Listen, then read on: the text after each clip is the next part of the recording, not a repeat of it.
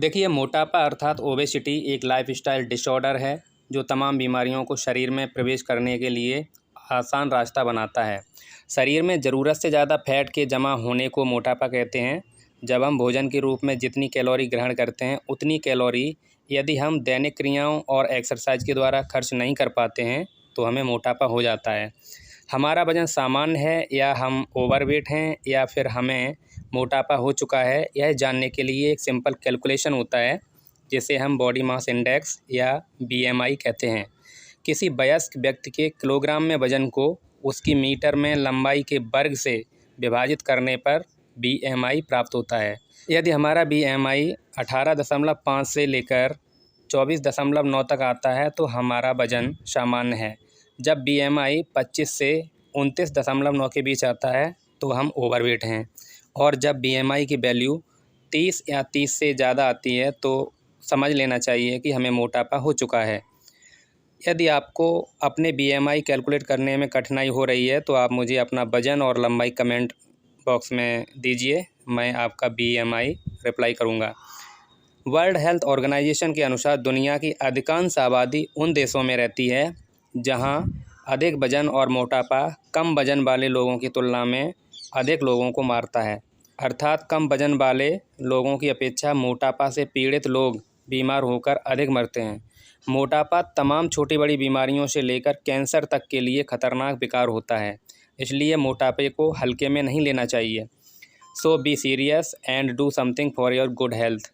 तो आइए अब हम जानते हैं कि मोटापा कैसे होता है, मोटापा से कैसे बचें, और यदि आप मोटापा से ग्रसित हैं तो मोटापा कैसे कम करें। WHO के अनुसार हमें हेल्दी फूड और रेगुलर फिजिकल एक्सरसाइज के ज़रिए मोटापा कम कर सकते हैं। कुछ लोग अपना वज़न कम करने के लिए अपनी डाइट को घटा देते हैं, जो कि वज़न कम करने का एक बहुत ही गलत तरीका है। इससे हमारे शरीर में पोषक तत्वों की कमी हो सकती है। किसी विटामिन की कमी होने से हमें कोई दूसरा रोग भी हो सकता है। इसलिए हमें हेल्दी फूड में हमेशा ऐसा भोजन लेना है जिसमें फैट, चीनी और नमक कम से कम हो। फैट को हिंदी में वसा कहते हैं। इसमें ऑयली चीज़ें आती हैं, घी, तेल, चिकनाई वाली चीज़ें।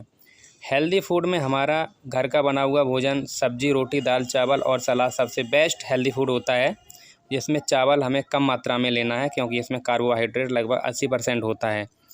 सब्जी और दाल बनाते समय आप ध्यान रखें कि उसमें तेल और मसाला बहुत ही कम मात्रा में डालें और तेल को बहुत ज़्यादा समय तक ऊंचे तापमान पर गर्म ना करें। इसके अलावा मोटापा से बचने के लिए और मोटापा कम करने के लिए हमें गेहूं का दलिया, सब्जियों का soup, whole grain nuts, sprouts, ताज़े पके फल आदि का सेवन करना चाहिए। फलों में हाई ग्लाइसेमिक इंडेक्स वाले फलों को नहीं खाना चाहिए, जैसे केला और आम।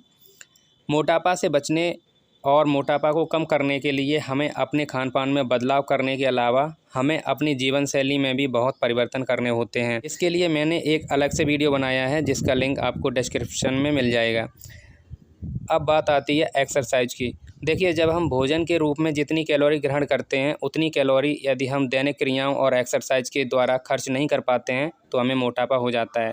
इसलिए हमें एक्सरसाइज करना बहुत ज़रूरी होता है। एक्सरसाइज हमेशा किसी एक्सपर्ट की गाइडेंस में ही करें। शरीर के कुछ विशेष हिस्सों में फैट का डिपोजिशन ज़्यादा होता है, उन हिस्सों के लिए कुछ अलग एक्सरसाइज होती है जिन्हें हमें अपनी एक्सरसाइज में ज़्यादा से ज़्यादा करना चाहिए। टहलना, दौड़ना, तैरना और साइकिल चलाना मोटापे को कम करने के लिए बहुत ही सहायक सिद्ध होते हैं।